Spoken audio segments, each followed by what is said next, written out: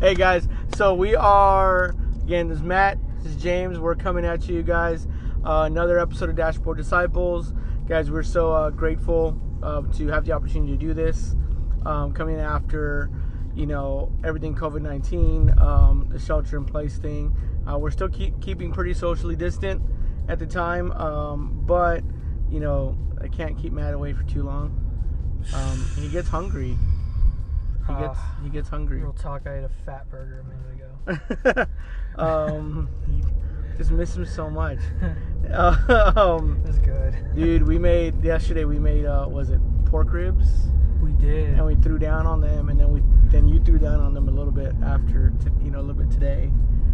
Dude, it's fun giving the dog the bones too. I know. And then he's like freaking loves you forever. Sat down and watched 90s NBA history and The Last Dance. Matt was convinced that he didn't need to watch it because he knew enough about Michael Jordan. Oh, dude, he's it, dude. Like, that's all you need to know. He is.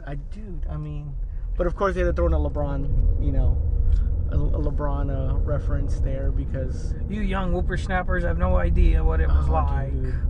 He was such an amazing player. I was 2 or 3 years old when they won their first championship. So yes, I don't know exactly, but come on, he's amazing. Literally, they showed him when he went to Madison Square Garden for his last game, and how he wore Air Force Ones, and I was like, I need Air Force Ones now.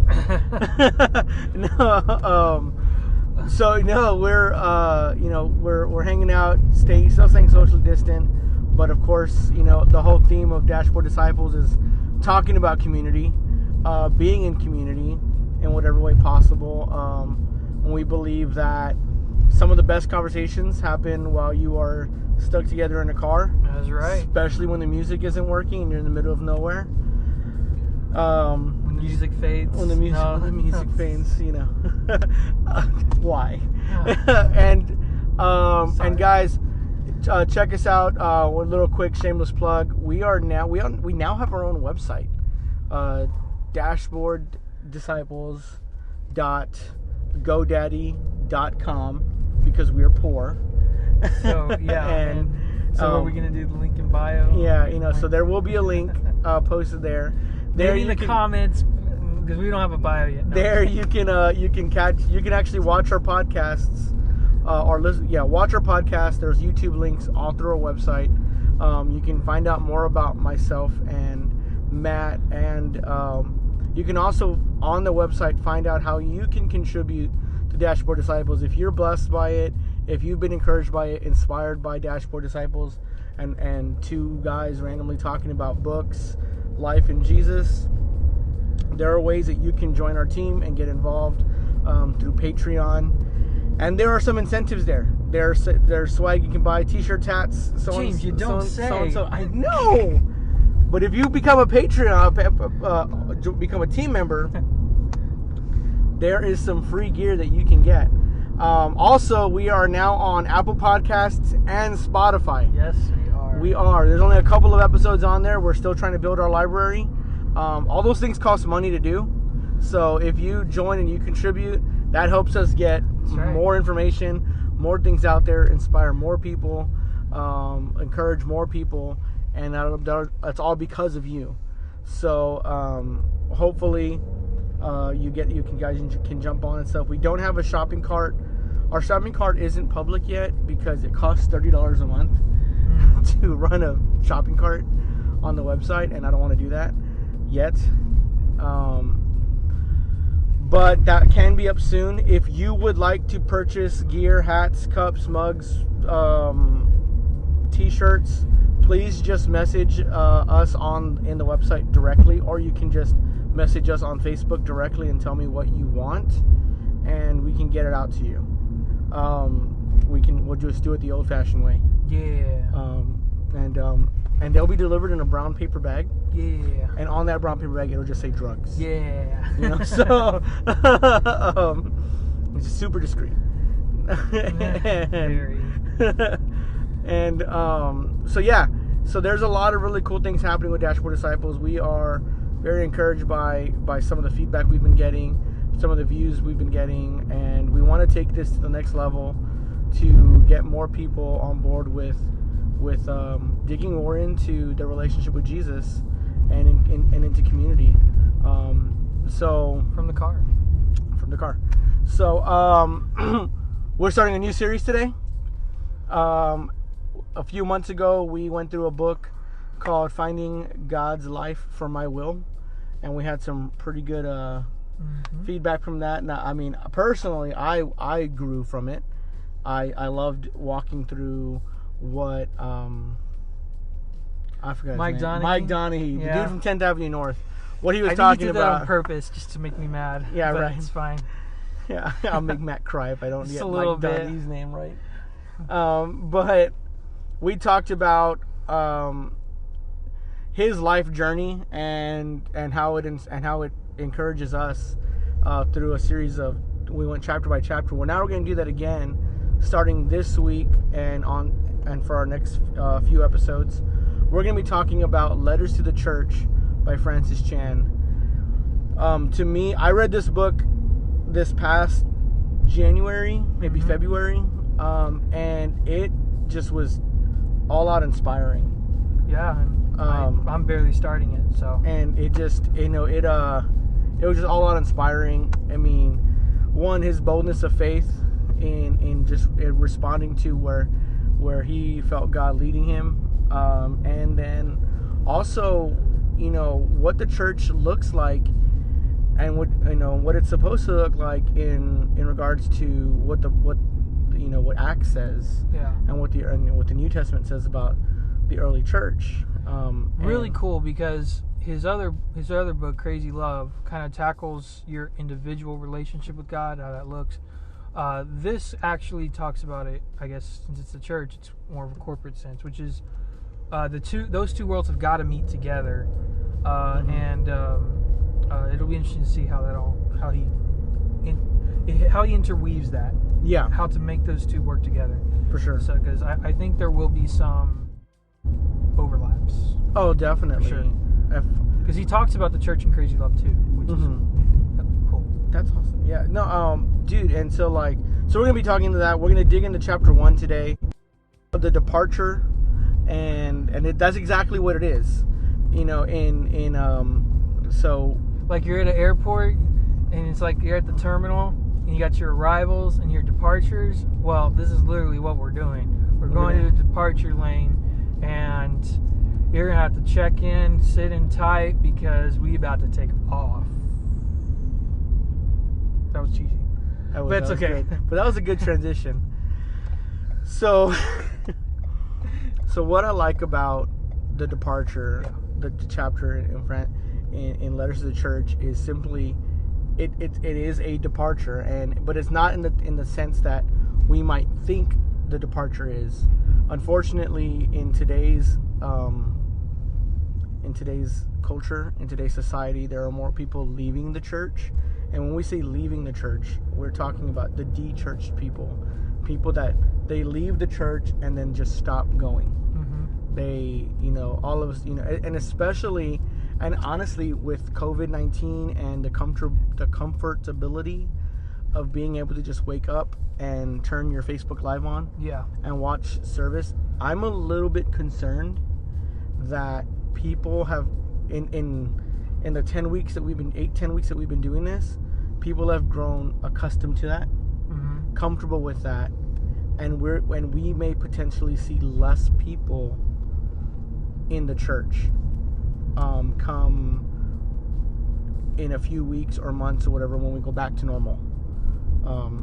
And now, I don't think we're going to see it initially. I think that once we get back to churches being able to meet publicly, you'll see mass gatherings, but then you'll see those numbers dwindle drastically.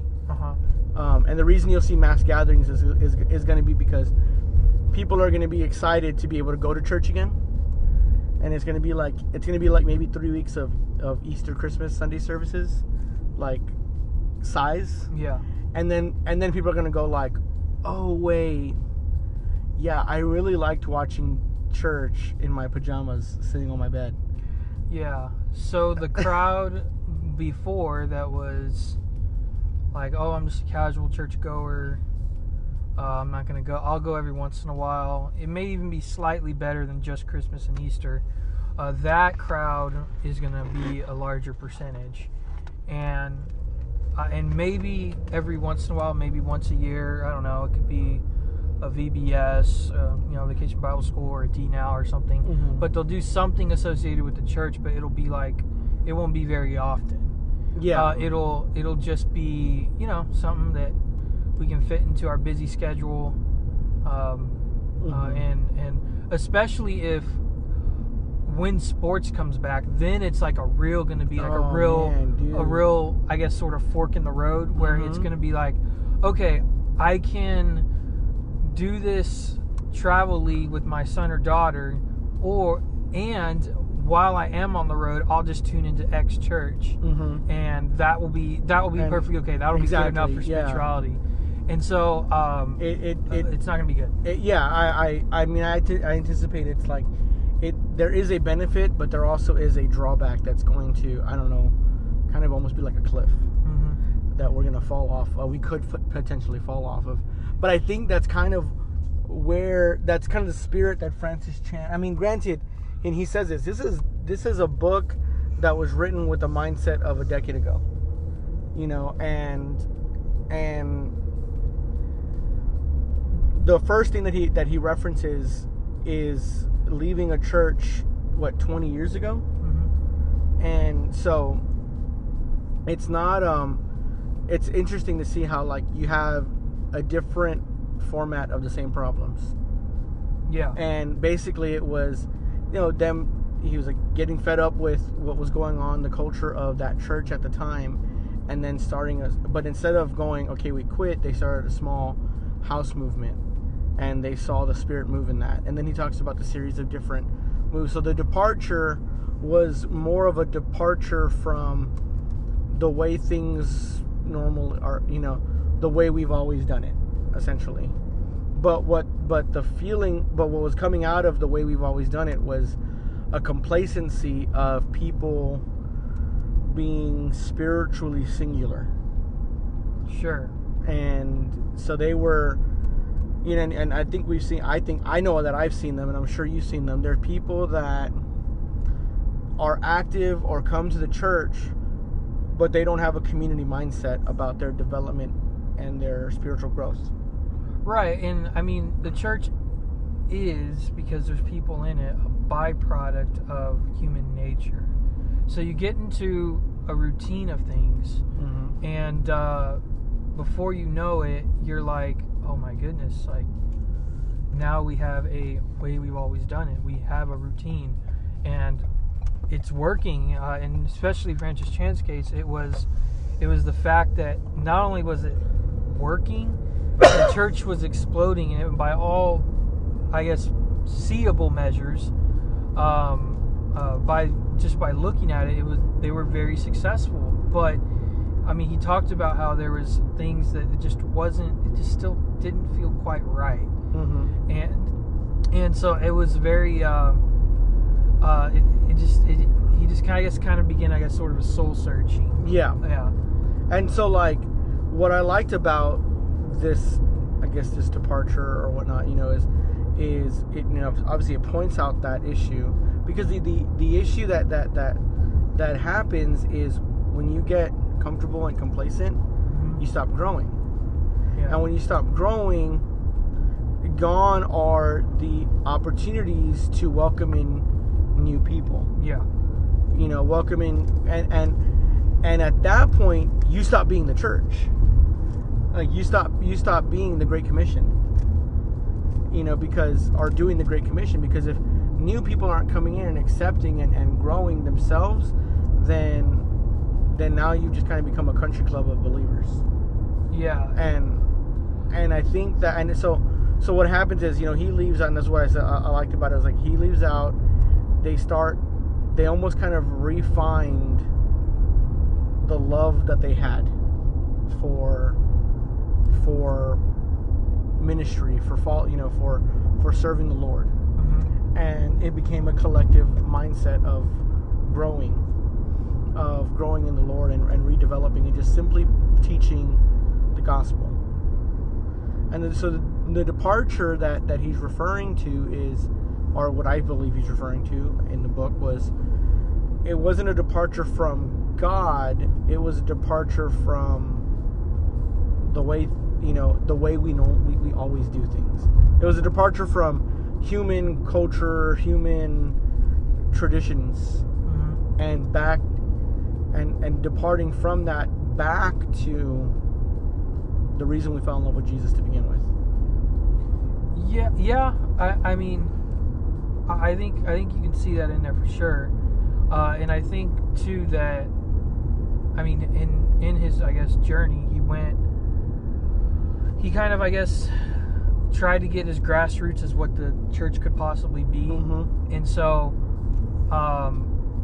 he eventually said, I mean, him in discussion with his wife and all that, he eventually just said, it's time for me to leave the church that I founded and all of that. And he goes and he ends up going into Asia, and he figures out that he really sees that the church is growing there, but in a silent way because of governments and things like that.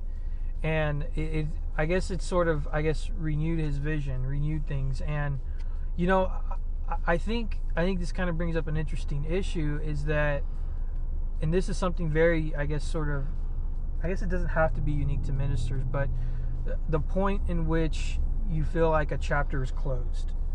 And that's a hard sort of thing, because you very well could, hopefully you do, you love the people that you serve with and all those kind of things, you're going to see them one day in heaven and all these kind of things, but it's having that timing to figure out, and that consciousness to say, you know what, this place, it's not for me anymore. This place is not for me anymore. And that's a hard thing to grasp. And I say that it mainly affects ministers, but I think it could be for a lay person as well. It's just that, you know what, the Lord's moving in a completely different direction. And, to be honest, that's honestly something that even happens in Scripture with Paul and the whole John Mark saga episode thing. And there was just genuine disagreement, and they went their separate ways, and that ended up being a good thing. Yeah. So I guess it goes to show you that the idea of the church in its many expressions is, it says that there doesn't have to be hard feelings. There doesn't have to be, not every departure from a church has to be with scandal and all those kind of things. It could just be that it's just time, and that's fine too. Yeah, and I like that, because I mean, that's the difference between reacting in what God is moving in versus reacting emotionally. Yeah, reacting just straight up, and the way, to me, I believe that the way that you, I don't know, change that, you change that mindset, is by realizing that the seat that you're sitting in the building that you're sitting in the ministry that's there, I don't care if your great grandpa started that church and your namesake has been on that church for the last 3 generations, it's not your church. It's not your church. I'm sorry. I don't care if your great uncle was the person who bought the building and has the, and his name was on the deed. It's not your church. It's the Lord's church. Yeah. And great grandpa or great uncle or mom or dad, they acted in obedience to be there. Yeah. And whoever is the leader at that time, or whoever the committee is at that time, if they're moving in different directions, it's simply because they're also being obedient, or at least we pray that, we hope they're being obedient. Yeah. And so when I've always noticed that when people start getting heated on, like, and it becomes a big drama scene of change, is often because we're holding on to, well, this is mine. And I'm a firm believer that when we hold on tight to our ball and we tell God, no, it's mine, you can't play with it. Yeah. God says, all right, now I have to teach you about the ball. And exactly, it got to a point, and this is what Francis says, that where if they stayed there, then they would be then in disobedience. Mm-hmm. So as much as it hurt them, it took them away. They went away. Mm-hmm. And they became, I guess, better followers of Christ by doing that because of the journey that they end up on. Now, they do end up coming back to the States, and they end up in San Francisco, and the way that it's actually put is that they end up serving like the homeless in San Francisco, and I don't know if it was his daughter said or his wife said, "Oh, now we stepped right out of the Bible," and before that they said that we're actually, or maybe he said it, we're actually living by faith in America, and it's like, and he said that almost. I don't know. As I was reading, I was like, wow, it's like, if that's what living by faith in America is, then how many of us are truly living by faith then, you know? Dude, the fact that, like, here's what floored me about that part of the chapter. Uh-huh. He said that they moved from Asia to San Francisco, and the reason they moved to San Francisco was because he had a brother-in-law who had a one-bedroom apartment. Yeah. That he could rent from him. Yeah. And I was like, dude, you're freaking Francis Chan, bro.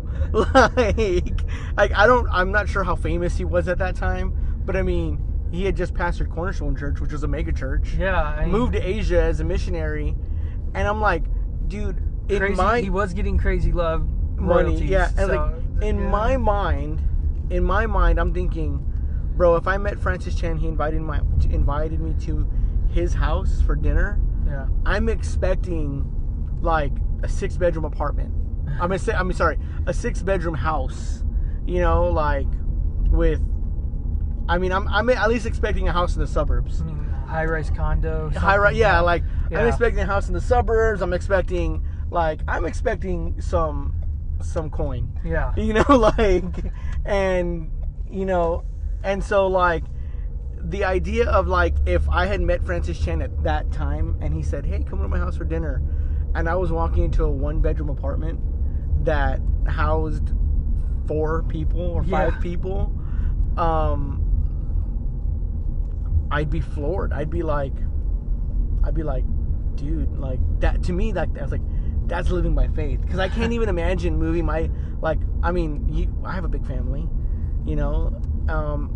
I can't even imagine moving, like, telling my wife, like, so God called us to San Francisco.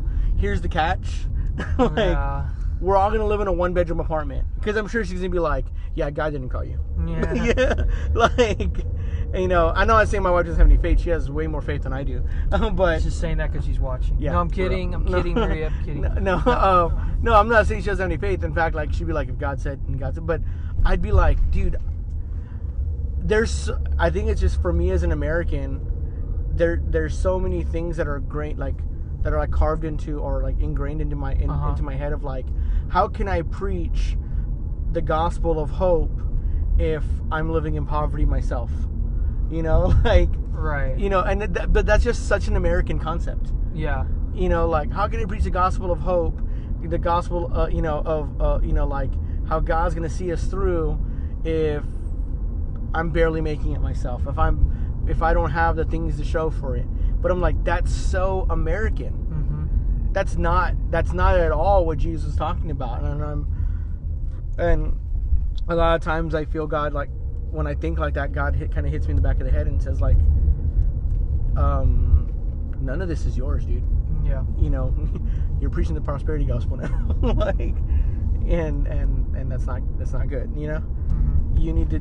The hope is in Christ alone, and the things that He gives us, whether big or little, are things that He wants that He wants us, like whether He gives me a 1-bedroom apartment or a 5-bedroom, you know, mansion or 10-bedroom mansion.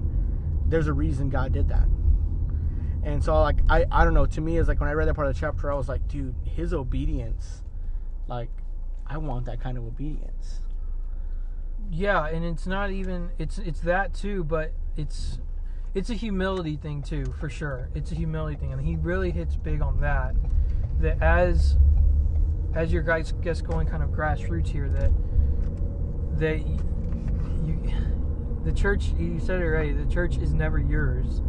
It's not your ball to keep or whatever. It's very much about how you approach, how you deal with other people, how you view yourself, that you take the ego out of it, that you have the humility behind it, and that's rough. So how, I guess, is he able to do that? It's because, and this is where I guess I'm kind of seeing some bleed over from Crazy Love, is because he talks about that. He said in Crazy Love that it's not so much about, living the extravagant lifestyle, but just, I'll just have something less so that way I can give more to others. Mm-hmm. And I just see such a selflessness in that. And so how is he able to walk away from the big mega church that he started? How is he able to do that? It's because the dude is just completely humble. Mm-hmm. He's such a humble guy, and he has such a heart and a cry for the lost, and I think that goes directly against the American mindset. The American mindset isn't really one of humility.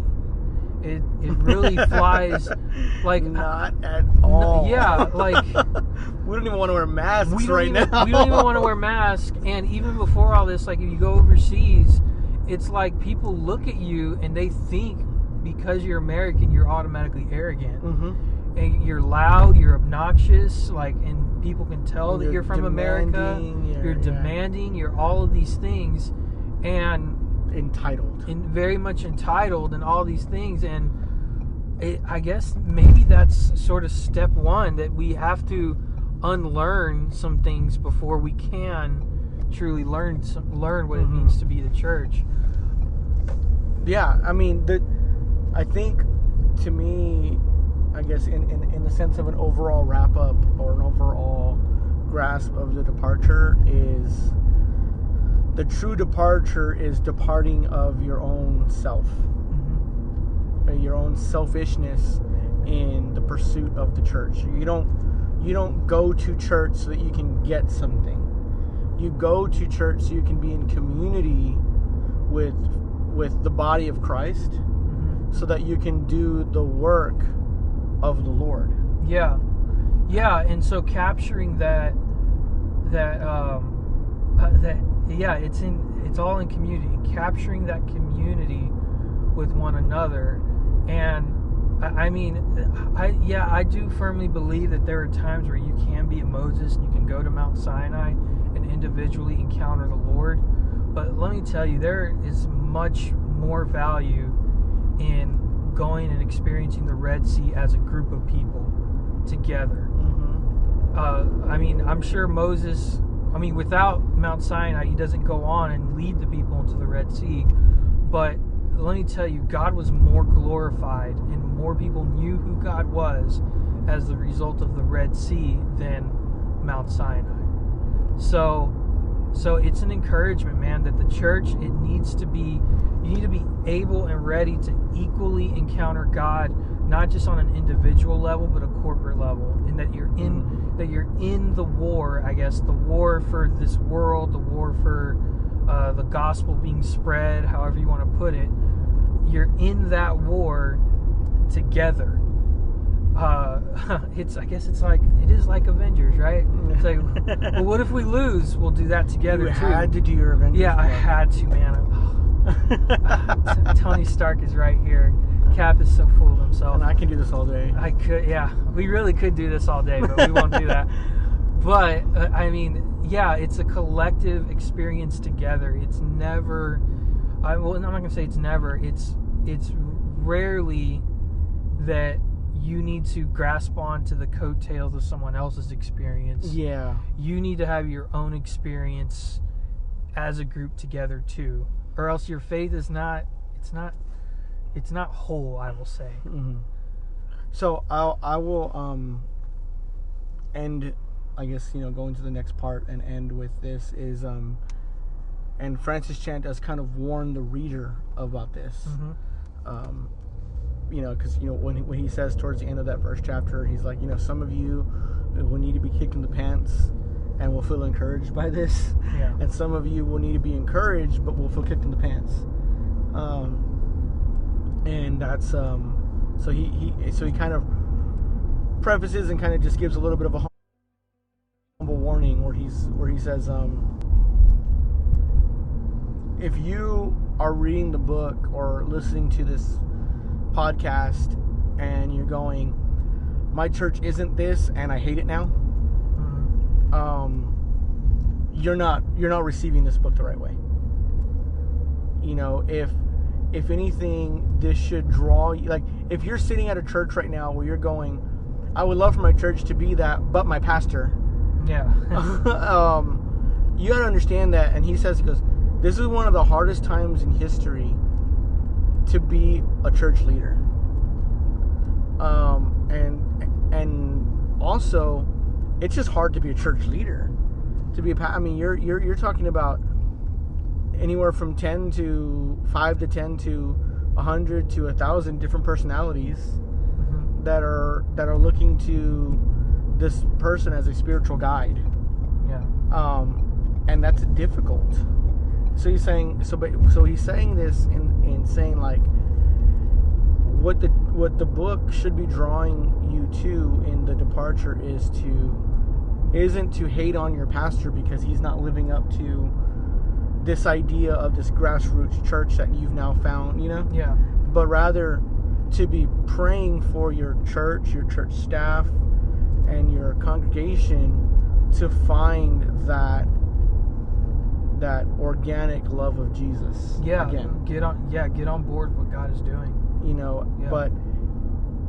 But if you come out swinging your hands or swinging your fists saying, this is what my church isn't doing and I'm going to point out every flaw until they fix it, that's not what God wants. Mm-hmm. That's not what God wants. That's not why Francis Chan wrote the book. I don't think that's why he felt led to write the book. It was, again, going back to that unselfish humility of, now it's time to pray. Yeah.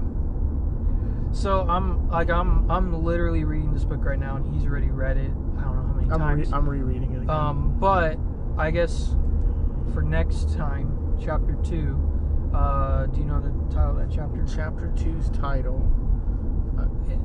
Pull up. For chapter 2, this is where we now be getting into, I guess, some individual issues. Sacred.